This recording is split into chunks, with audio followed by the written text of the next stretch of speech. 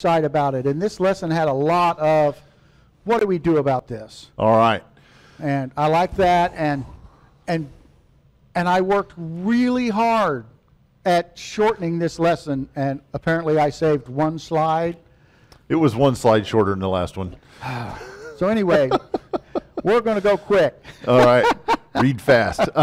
Yep. So we're still in the book by Wendell Winkler, Heart Diseases and Their Cures, and we're getting close down to the last couple of lessons in that. So what are we thinking of next? We're thinking of Isaiah. Yes.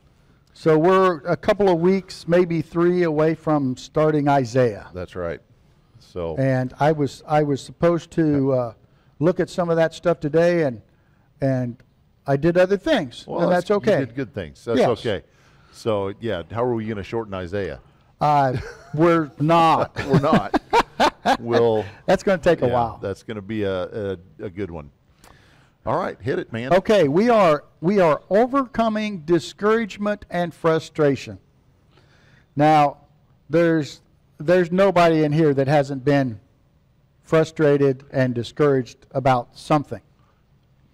I have had that happen a lot in my life.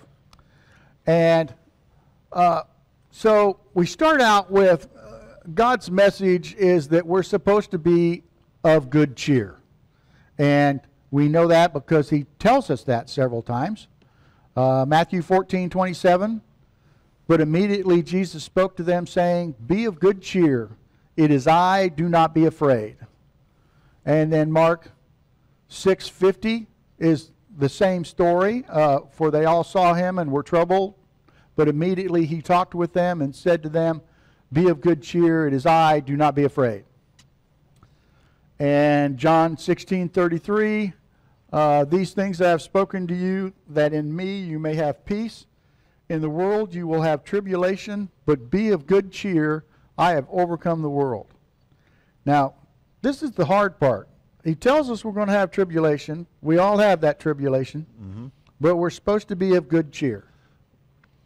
How do we do that? Well, I hope you're going to tell us. That's one of those things where, we know it, but sometimes we don't feel it. And if you are, if you're in one of those scenarios where somebody's having a rough time and they know they're supposed to be of good cheer, but they're not feeling it, and you go and tell them be of good cheer, you might get socked in the nose. Yeah.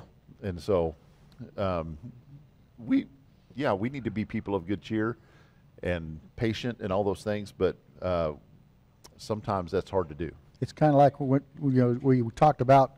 We know we're supposed to forgive people, and sometimes it's just not that easy to do. Miss Teresa?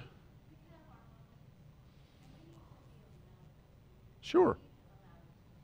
Right. Yeah. There are moments of frustration in this life, and it's overcoming those moments, not living in those moments that we're talking about. It's not that we're not allowed to have them, but that when we have them, we need to be equipped to handle them.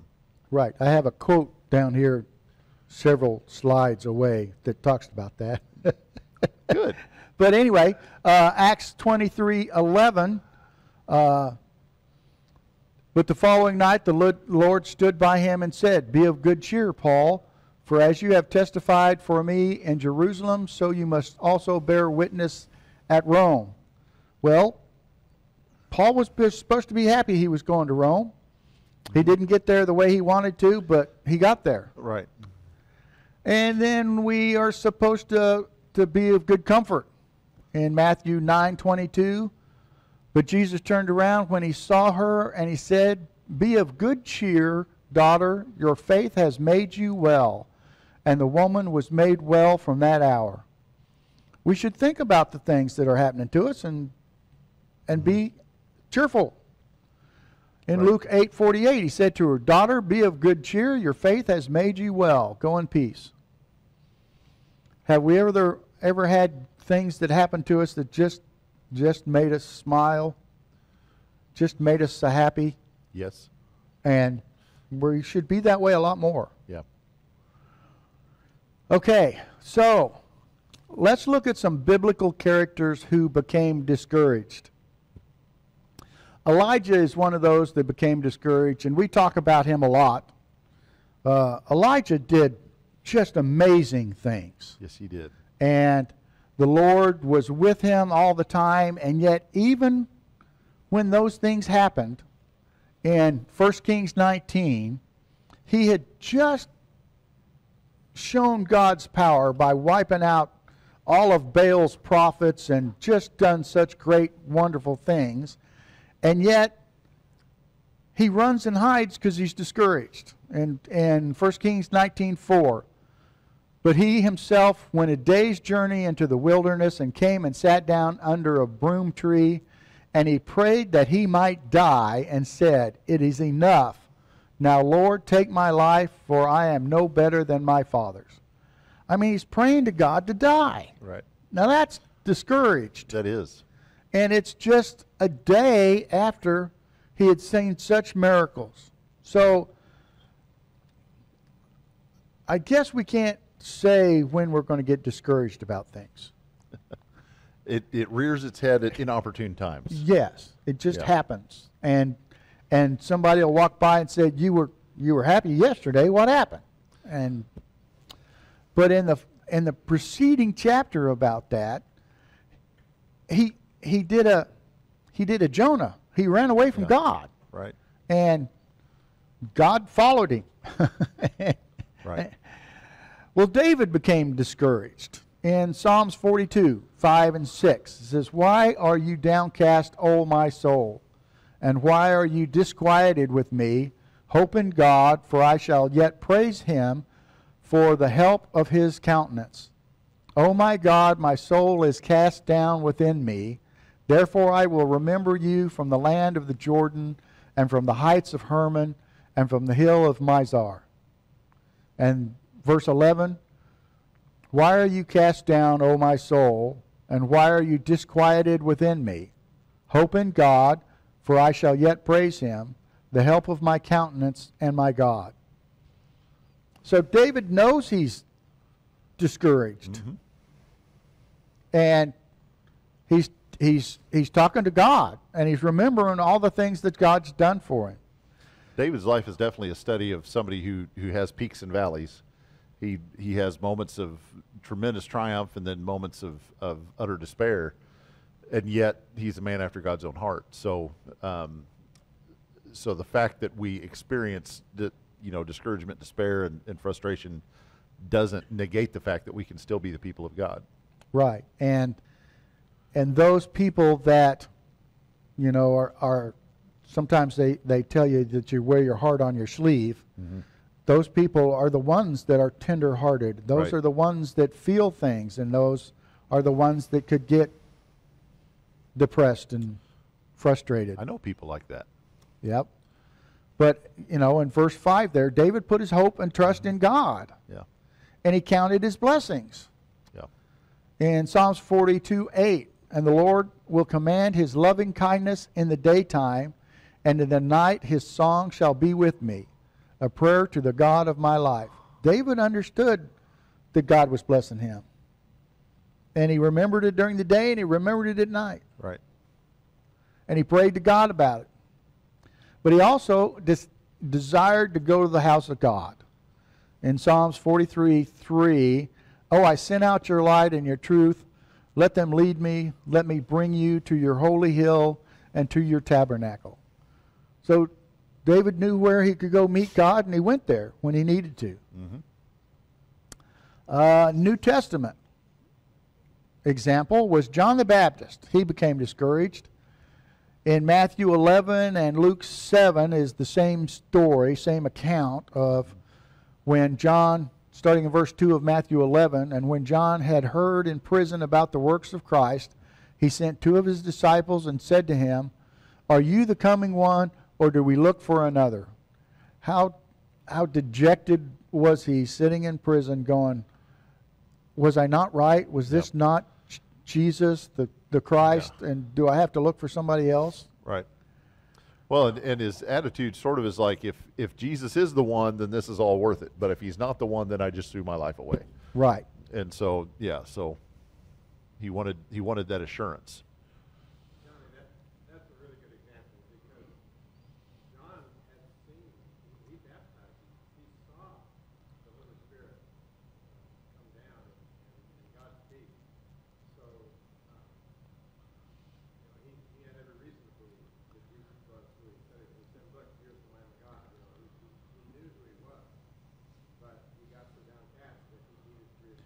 Right. And that doesn't, and we're going to talk about how we get that reassurance a little later on. The second part of this is the causes and occasions of discouragement. What causes us to be discouraged? And they've got like 12 things that cause us to be discouraged. So there's a lot of things in our lives that can cause us to be discouraged. The first one is because you get sick. I'm telling you, the last few weeks we were discouraged because we were sick and we couldn't be here.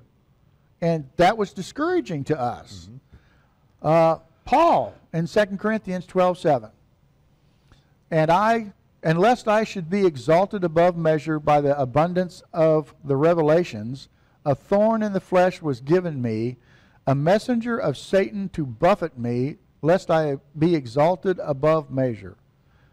Paul is saying that his thorn in the flesh, whatever that was sent by Satan to cause him trouble.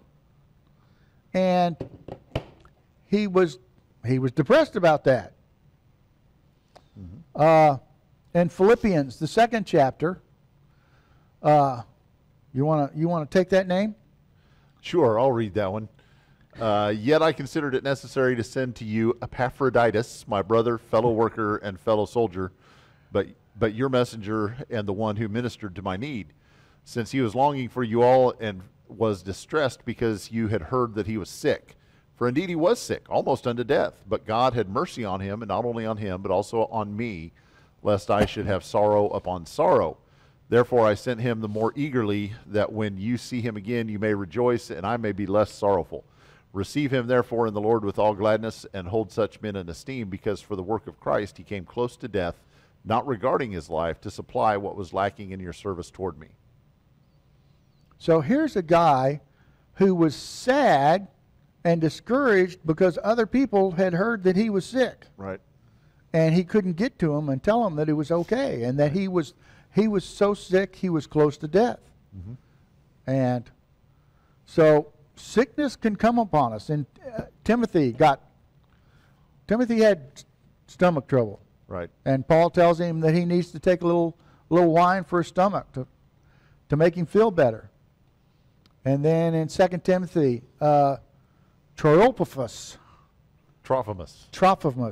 there you go. He was sick, and he had to be left behind. I mean, think about that.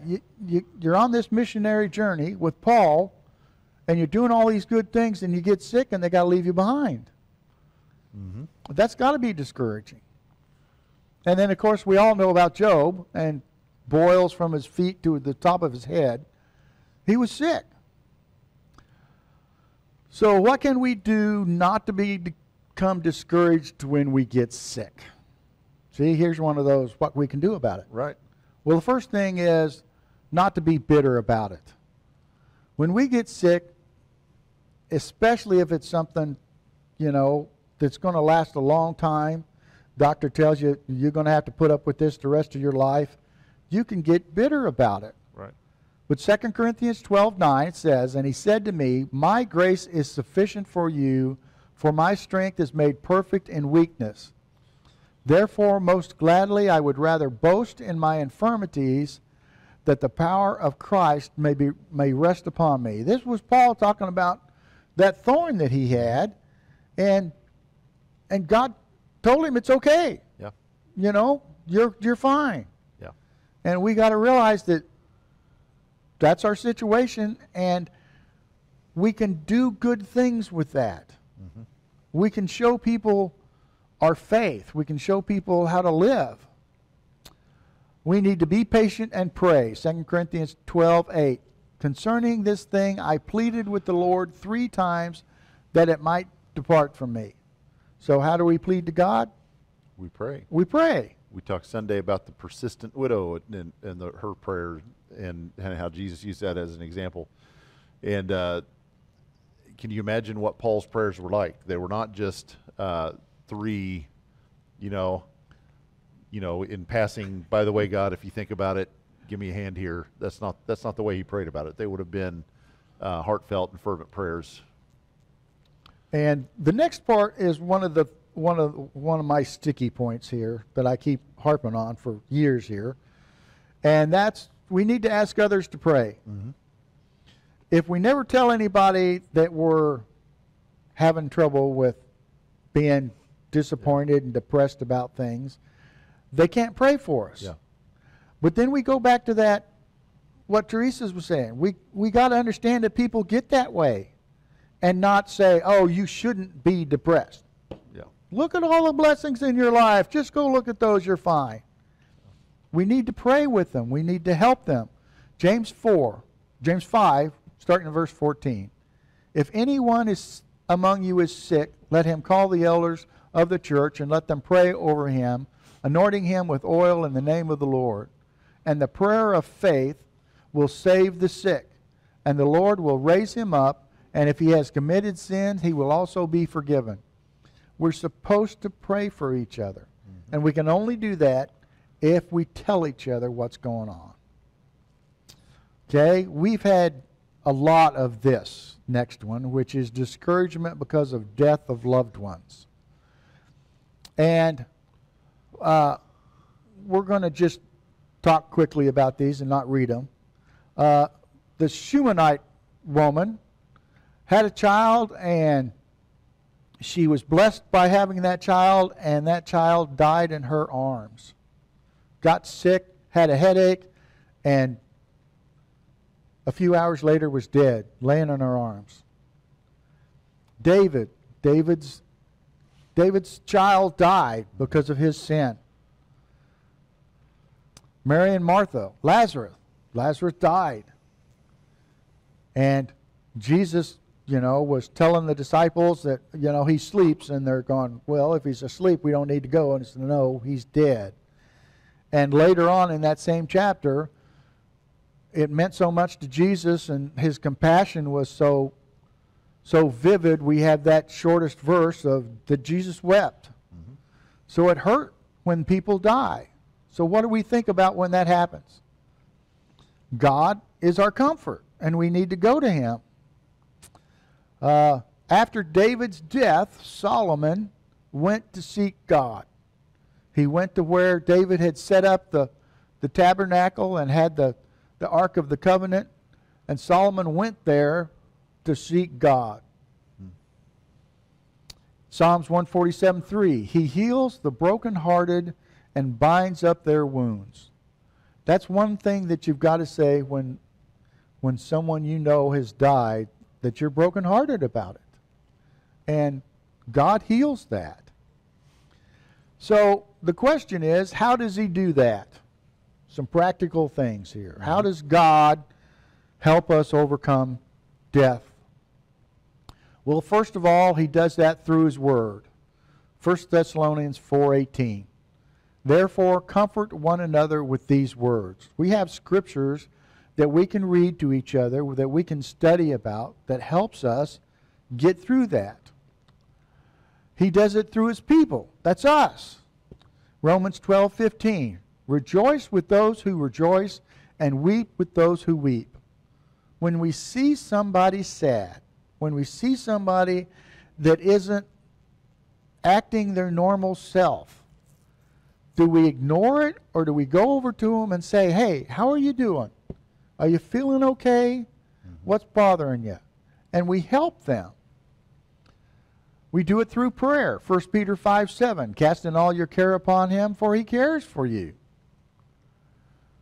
We do it mainly but through the hope of the resurrection, to know that not only we are, but hopefully those family members, those friends of ours that have just died, are going to go to heaven.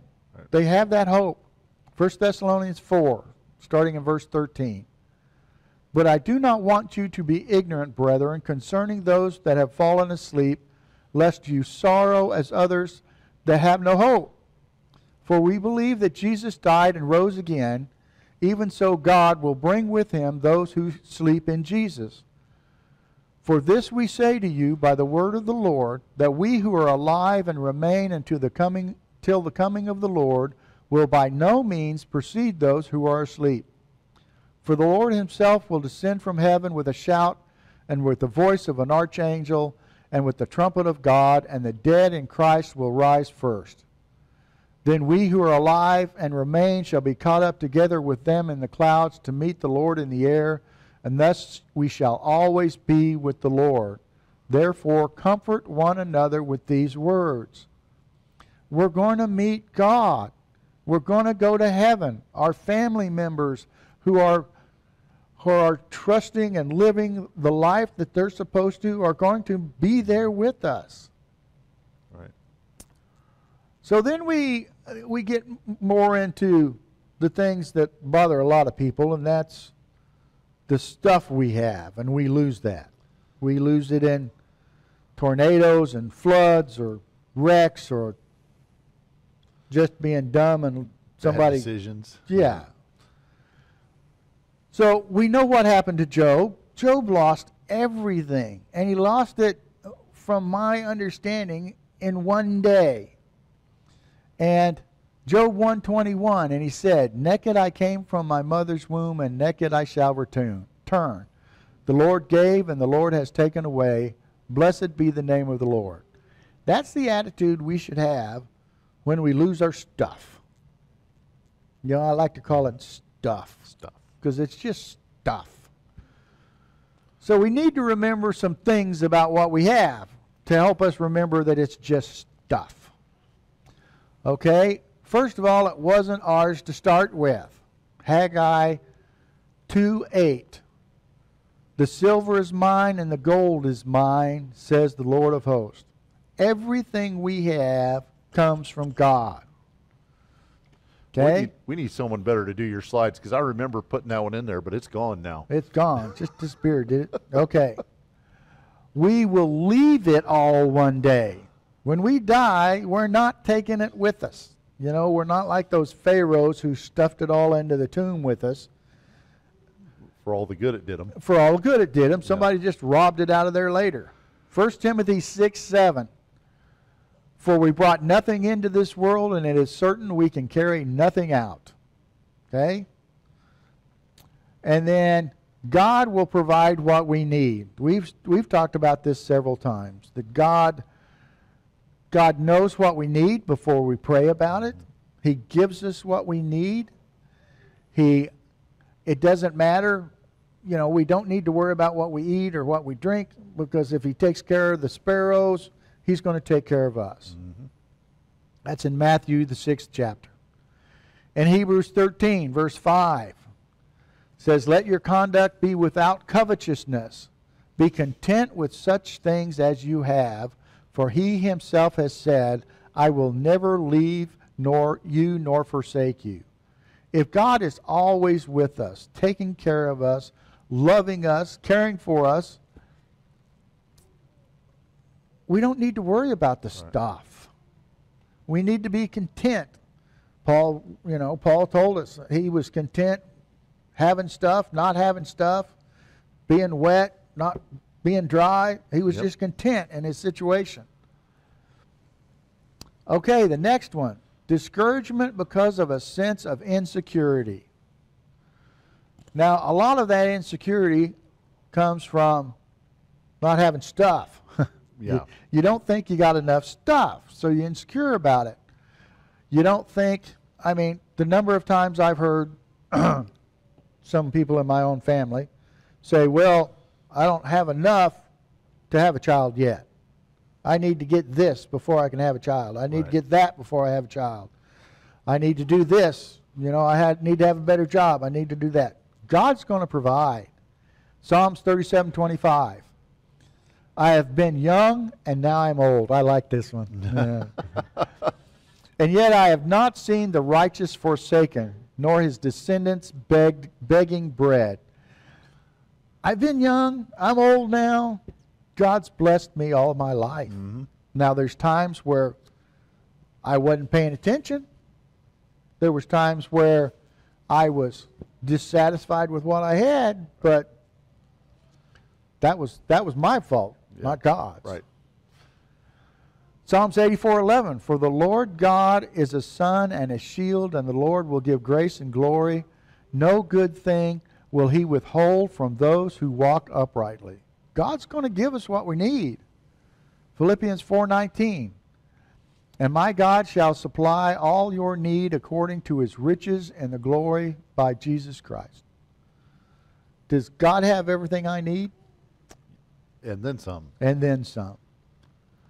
Okay, remember poor Elijah there when he ran off and was trying to hide from God? God took care of him then. He sent a raven to watch over him and bring him food. The widow that we talked about. When Elijah showed up, he said he wanted her to make him a meal. Mm-hmm. And he says, but she told him, I got enough for me and my son for one last meal, and then we're going to lay down and die. And he says, you make me a meal with that, and God will take care of you. Yep. And from then on, her bin of flour and her jar of oil didn't run out until there was food in the land again. God took care of her. Christ in Matthew 4:11. Then the devil left him, and behold, the angels came and ministered to him. Even Christ needed support after he was tempted, and God took care of him. He fed the 5,000. He fed the 4,000. When they needed it, he took care of them. When he sent out the 12, caused them to have, told them that they would have what they needed. Mm-hmm. And they did. He took care of the Israelites in the desert. And the one verse that I always get, and we discuss this a lot when it's time to get the new styles for that year and stuff, you know. And when is that? Yeah, exactly. Nehemiah 9:21. 40 years you sustained them in the wilderness. They lacked nothing. Their clothes did not wear out, and their feet did not swell. For 40 years, they wore the same clothes and didn't complain. Well, I was going to say didn't complain, but they complained a lot. But God took care of them. So then we get discouraged because our friends turn on us. Do we have friends turn on us? Well, remember, Christ had friends turn on him. In Psalms 41:9, talking about Judas, he says, even my own familiar friend in whom I trusted, who ate my bread, has lifted up his heel against me. Judas was with Christ through all of his ministry, and he turned on him. Paul talks about one of his friends turning on him in 2 Timothy 4:10. For Demas has forsaken me, having loved this present world, and has departed for Thessalonica. Crescens for Galatia, and Titus for Dalmatia. I'll just hate them words. My lips won't make them. So we've all had friends that have turned their backs on us because of us wanting to serve God. Mm-hmm. And Christ told us that the world is going to hate us because they hated him. Right. So, but the main thing is to remember that Christ is our friend and he will never leave us. In Proverbs 18:24, talks about a man who has a friend must himself be friendly, but there is a friend who sticks closer than a brother. That's the way we should be to each other. Mm-hmm. That's the way Christ was to us. Right. Now, this other one, I had to actually look up the word. It says discouragement because of blighted hopes and dreams. So, blighted means destroyed, shattered, wrecked, or ruined. Rich and I were talking about this a little bit this afternoon, or this morning. How many college students graduate with the degree they started trying to get when they first got to college? Not very many. Not very many. The number of careers that people have nowadays, it used to be you could go start working for a company and work there your whole career. Yeah. Now you're not even close to being in the same spot you were when you started working. So your hopes and dreams of where you were going to get, a lot of times go a totally different way. You remember we talked about Paul going to Rome. Yep. he went to Rome. He wanted to go to Rome, but he didn't want to go there as a prisoner. Right. And he certainly didn't want to go there getting shipwrecked and bit by snakes and almost drowning in the sea. That's not the way he wanted to go. Mm-hmm. But it doesn't mean that when we get there, wherever it is we get, that we can't serve God and be happy about where we got. Mm-hmm. I personally have known many jobs that I did not get, and later on in life saw such a blessing that I did not get those jobs. Because my life went a totally different way, and God just blessed me. Yep.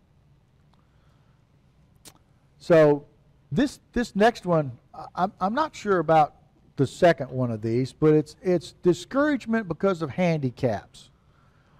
Paul talks about his thorn in the side, and that was the handicap to him, and how he overcame that and was blessed by it.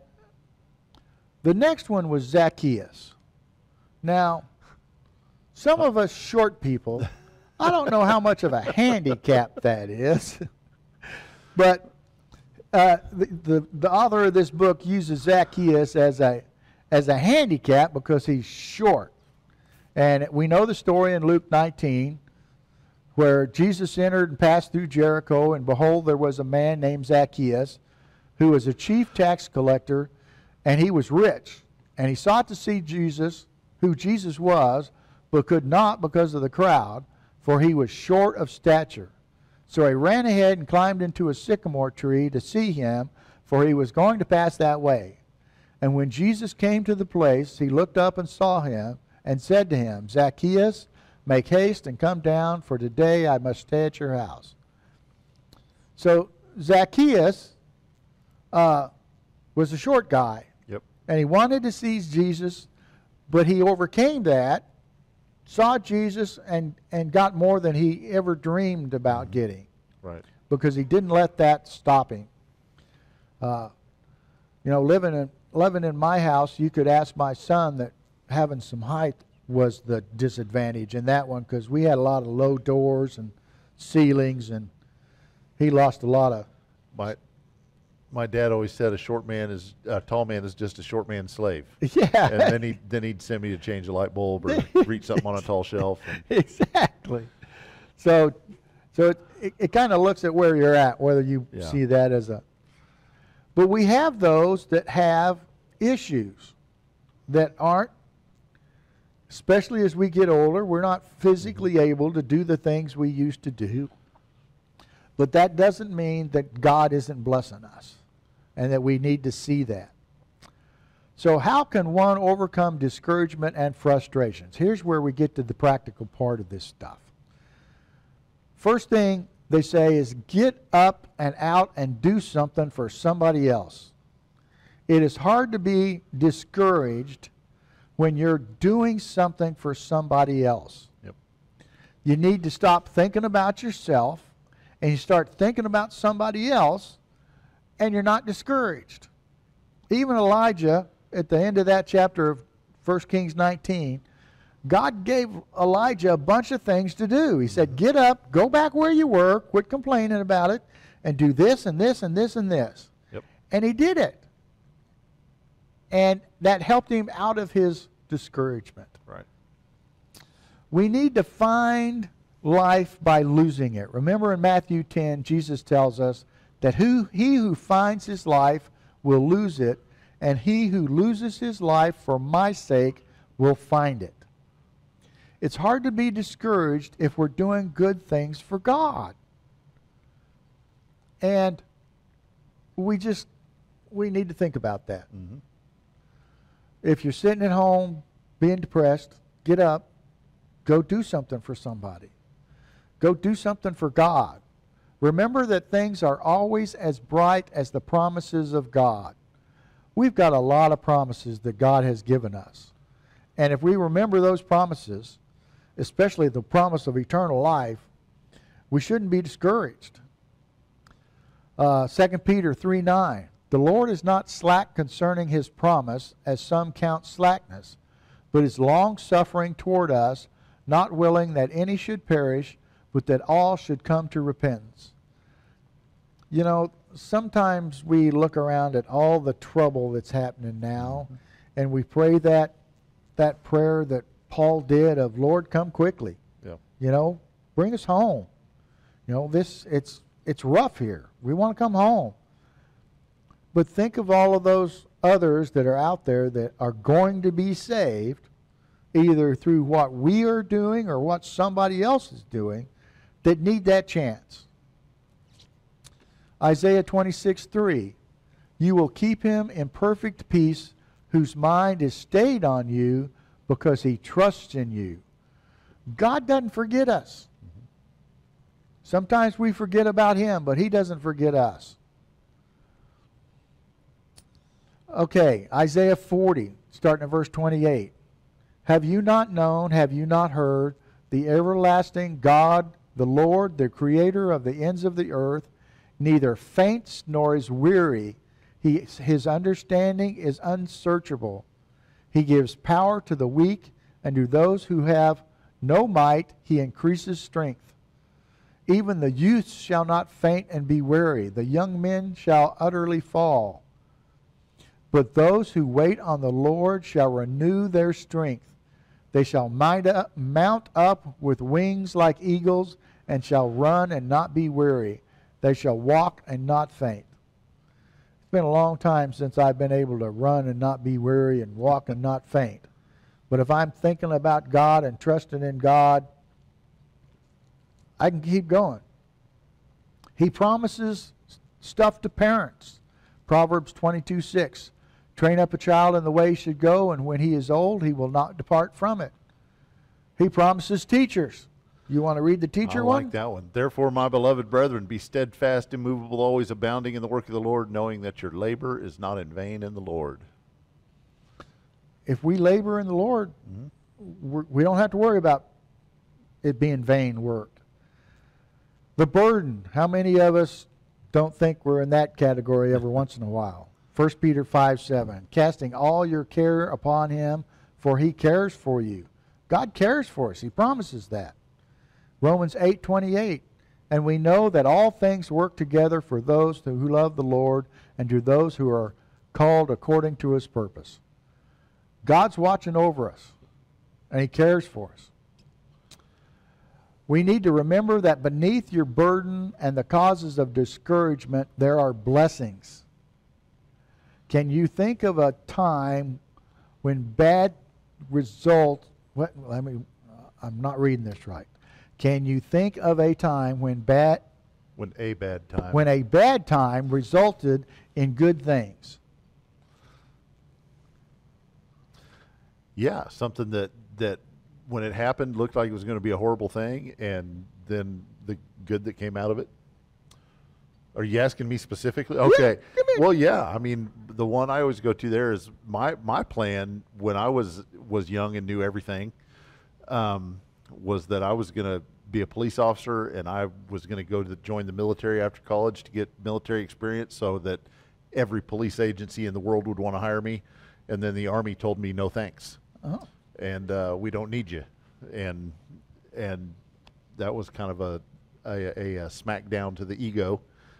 And then we ended up in McPherson, Kansas, and I've been thankful that the Army didn't want me. Yeah. Ever since. So, I mean, I can remember times where the tornado went through Andover. Yeah. And we turned the church building there in Andover into the biggest giveaway shop you ever had. We had clothes stacked up on the pews that the local churches have given, and just people after people after people came through there getting supplies and stuff, and knew that God was helping them, and that was a bad thing, but it turned out for good. Yeah. And we've seen the same thing with floods and other things where we've helped out in disasters, and it just works well. Okay.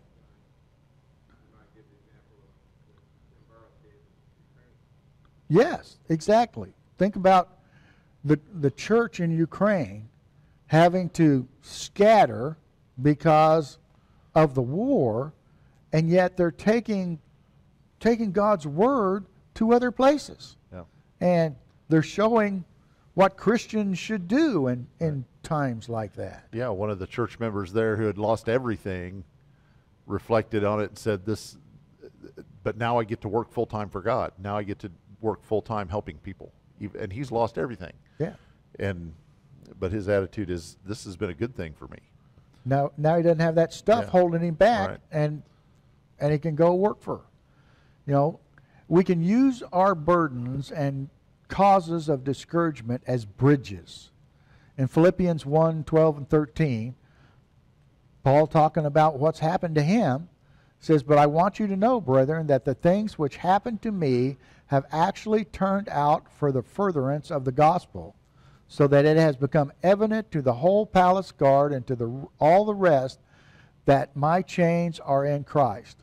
I mean, he's in prison, but because of that, he's able to preach Christ even to the palace guards. Okay. Where are we at? Did I skip ahead here? Nope, I'm good there. All right. Number 5, come ye apart and rest for a while. Remember when we're discouraged. Mark 6:31. And he said to them, come aside by yourself to a deserted place and rest a while. For there are many coming and going, and they did not even have time to eat. There are times where we just need to take a break and rest. We get ourselves overcommitted. Yep. We get ourselves worn out. We just need to take a break. The next one I like too, because I do this all the time, and Leslie will come up and say, who are you talking to? I said, myself. Talk to yourself. In Matthew 9, starting in verse 20, and suddenly a woman who had a flow of blood for 12 years came from behind and touched the hem of his garment. For she said to herself, if only I may touch his garment, I shall be made well. She was talking to herself. She was encouraging herself to get up and do something. And then verse 22, but Jesus turned around, and when he saw her, he said, be of good cheer, daughter, your faith has made you well. And the woman was made well from that very hour. Fight and conquer self-pity. We just sit there and dig a big hole and cover ourselves up in it a lot. Pity party. Pity party. Matthew 16:24. And then Jesus said to the disciples, if anyone desires to come after me, let him deny himself and take up his cross and follow me. We think about that. The cross is not an easy thing to be carrying around. He doesn't say, pick up your picnic basket and follow me. He says, pick up your cross and follow you. It's not going to be that easy. Number 8, accept those that you are of intrinsic value and are desperately needed. This one we need to understand. Mark 11:3. If anyone says to you, why are you doing this? Say, the Lord has need of it, and immediately he will send it here. And Mark 10:31. But many who are first will be last, and the last first. But the big thing about this is 1 Corinthians 12. And we're running out of time, so we'll just kind of summarize this. It's talking about the body. And it's talking about all of those parts of the body. Mm-hmm. We got the good parts, we got the bad parts, but they're all part of the body. They're all necessary parts. They're all necessary parts.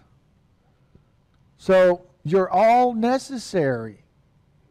Doesn't matter what you think you can do, you're part of this body and you're necessary. And you need to remember that. This number 9, I just can't. That's a tall order. Be perpetually optimistic. How do we do this? Now this is where my little comment comes in we talked about earlier.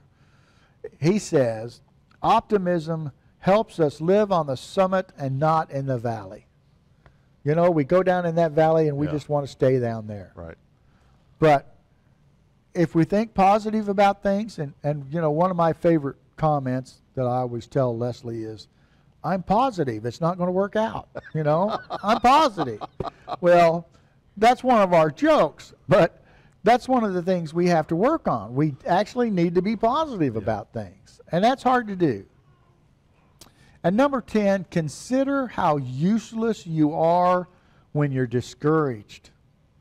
We're supposed to help others, and if we're just sitting there thinking how bad we are, how bad things are for us, we're not encouraging others. We're not helping others. Luke 22:32. But I have prayed for you that your faith should not fail, and when you have returned to me, strengthen our brethren. We're supposed to help encourage other people.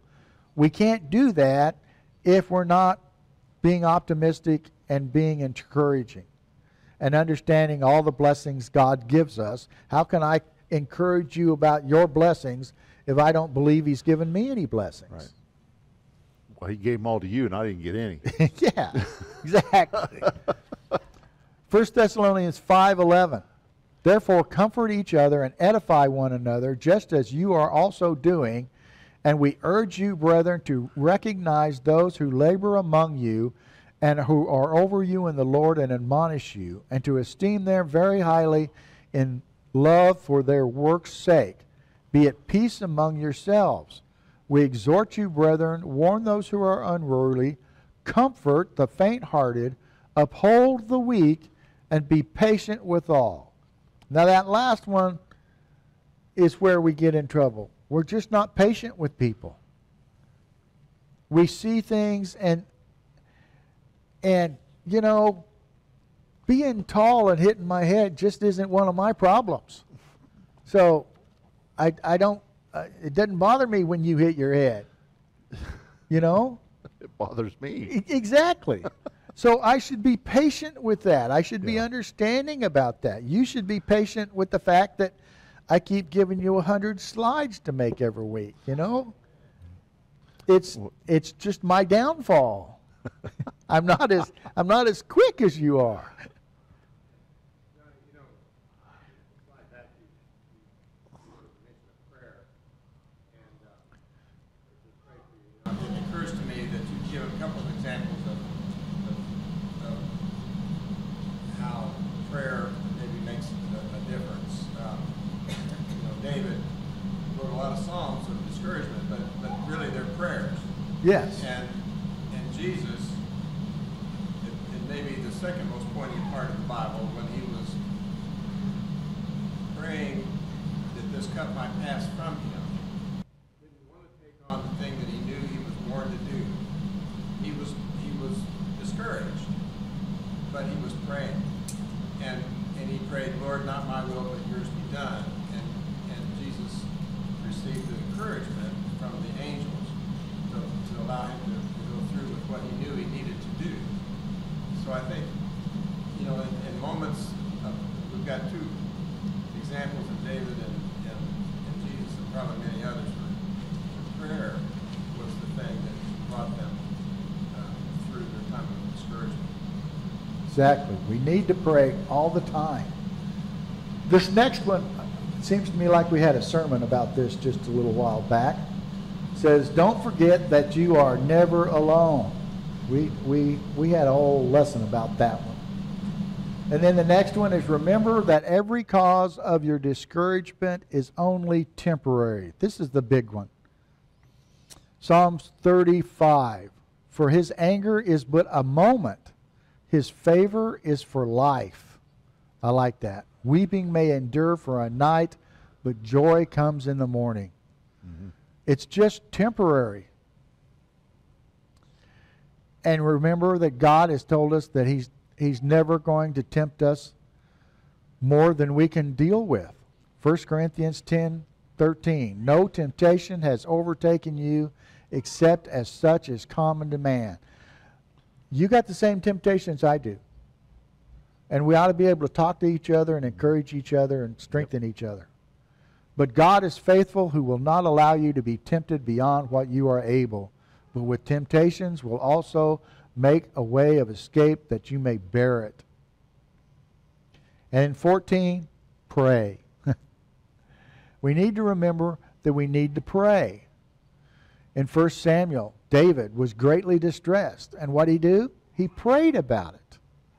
Philippians 4:6, be anxious for nothing, but in everything prayer and supplication with thanksgiving, let your requests be made known to God. So here we are, we're anxious, but we're supposed to be praying with thanksgiving. Mm-hmm. That God's there listening to us.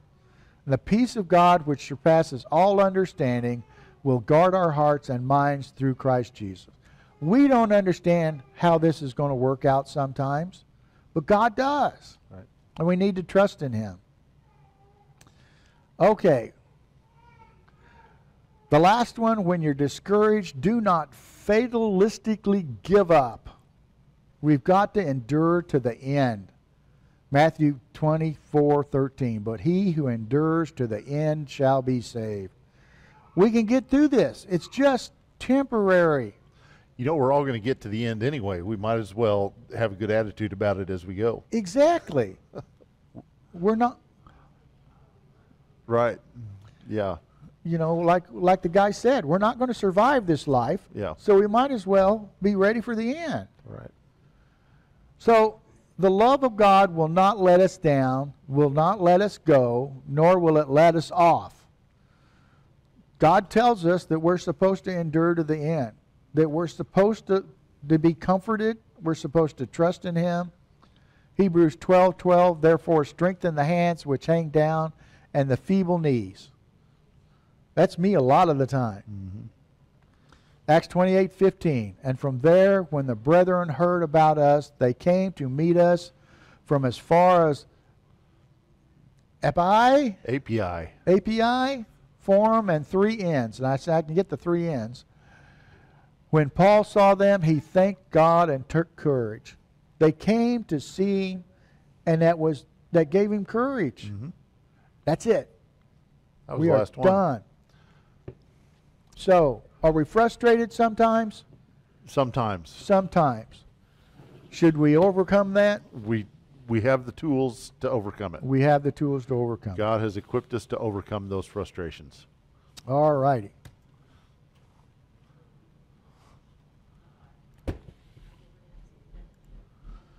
Thank you, sir.